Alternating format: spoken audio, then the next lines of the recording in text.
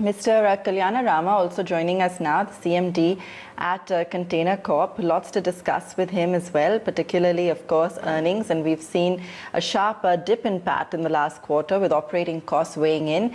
Mr. Rama, thanks so much for joining us. Let me get a sense from you in terms of some of the challenges that you were dealing with this last quarter. Yeah, morning.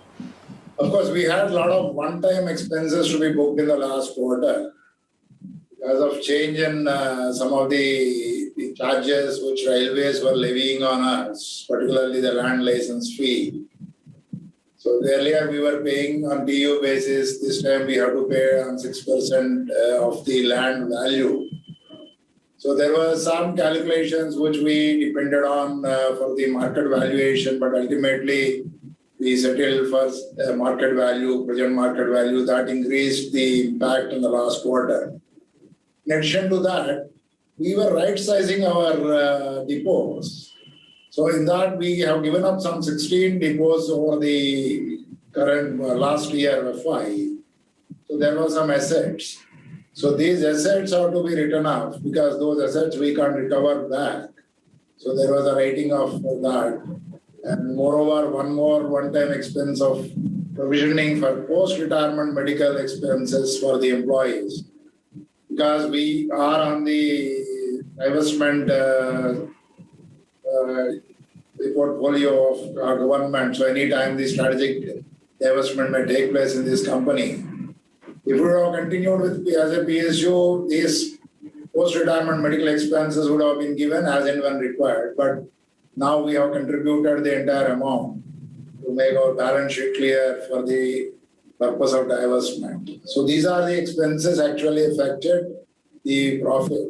Otherwise, if we make apple-to-apple comparison, our operating margin has in fact increased by around 125 basis points over the last year. And also in this quarter, we did very well. If you look at the operating income, what we got in this quarter, this is the best ever quarter our company has achieved at 1,940 crores operating income.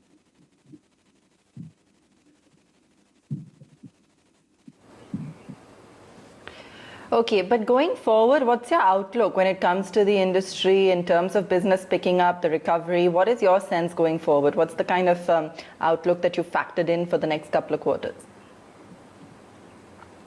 This financial year, it will be definitely better than the last financial year. Even last financial year, I would like to mention here one or two things.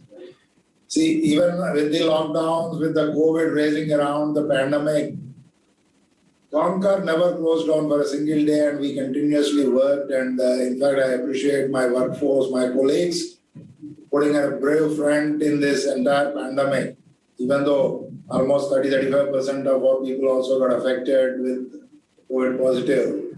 But we could carry on without any break. And also a good recovery, and compared to the operating income we could see, we almost ended up flat with the last year, where we expected initially we'll lose 20%. Comparing to that scenario, this financial year, at this moment, I expect the operating income to increase by 12%. In fact, the profit, coming to the bottom line, I am very hopeful it will be almost double, 100% growth may be there, because all the one-time expenses we cleared off and the new LLF regime, we got adapted to it. And we are also going for working out a long-term lease for the railway land to put an end to the uncertainty of these land licensing fees. So all these things will help. And so at this moment, my forecasting for this financial year is 12% growth in the top line and 100% growth in the bottom line.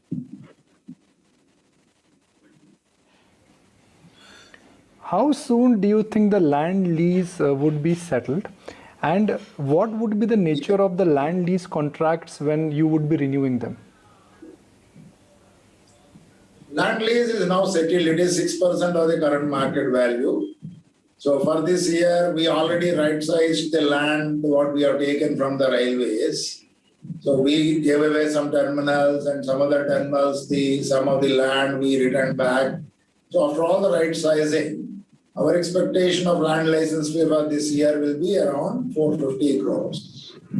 So that is at the market value as per the revenue records what we gather from the revenue authorities every year. The railways also does that and we also do that verifications. And also, as I mentioned, we are working on a long-term lease by paying the 99% value of the land to the railways. If it works out, that will be for next 35 years, this land will be leased to the Concor. So that's the work is going on in that.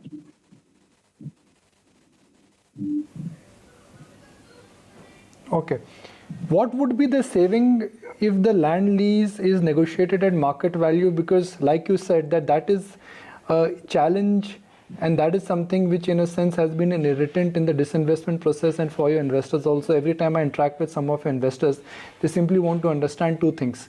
When will the strategic disinvestment move, which certainly is not in your hand, but they also want to know that what is the future of land lease.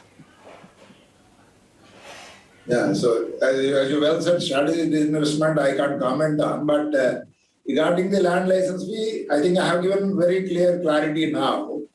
Now the land license fee is settled at the 6% of the market value. So last year we calculated with the market value calculations because we had some long old leasings signed long back. So but ultimately we came to the formula that the current market value to be taken. So that is where the entire the additional land license fee that originally I expected it will be 450 crores and that come to around 650 crores. Now that after giving away the terminals, there is no uncertainty now. We can calculate that in the beginning of the year. That is why I am mentioning this year our land license fee will be 450 crores. That is at the 6% of the market value, which we know on 1st of April 21 what is my market value of the land of railway land which I am holding. So it's very clear. So this gives a very clear clarity. This is 6% of the market value. In fact, there is some benefit coming up because at TKD, the Delhi government has reduced the market values for this current year. So that is in fact benefiting the company.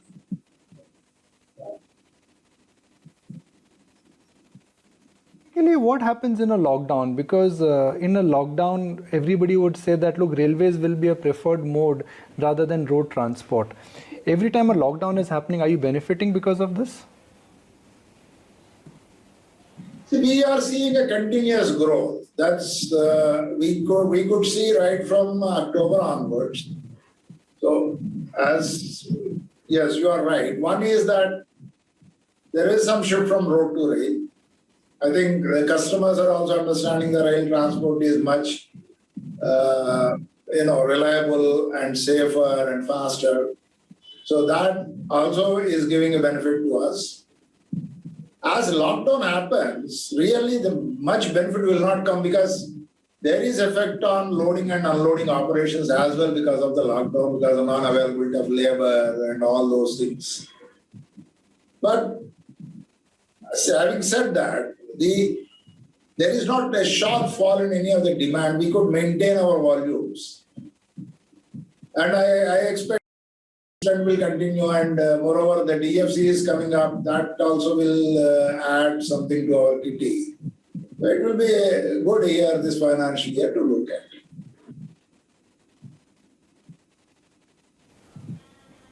Now, typically the way we understand railways is used for bulk transportation, whether it is steel, coal, or even grain. Economic activity has started. Steel prices, metal prices, coal prices are at an all-time high. Is there a direct correlation between economic activity and the underlying commodity demand in your business? For the domestic business, yes. So that is where we could see good growth in the last year in the domestic, particularly in the second half of the last financial year. So if I look at my figures, in domestic sector, we could see a marginal growth in our originating loading and handling volumes compared to last year, around 3% growth we could see.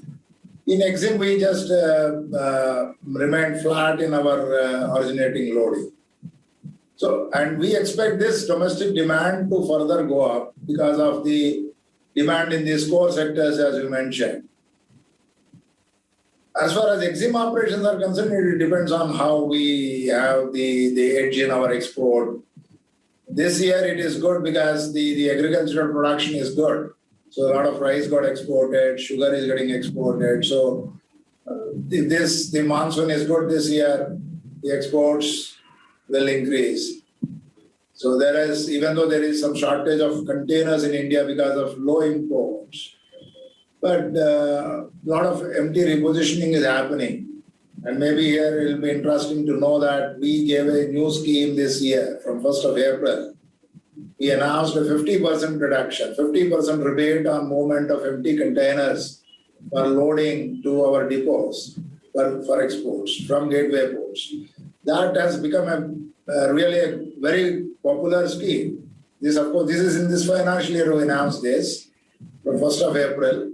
We have seen for 45 days and then now we extended it for the whole financial year. This is benefiting the exporters very much.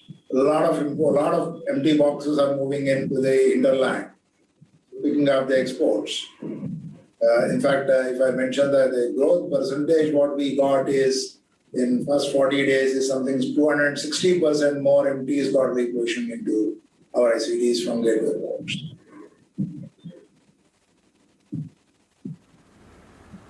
Sure. Mr. Rama, pleasure having you on the show today. Thank you so much for speaking with us.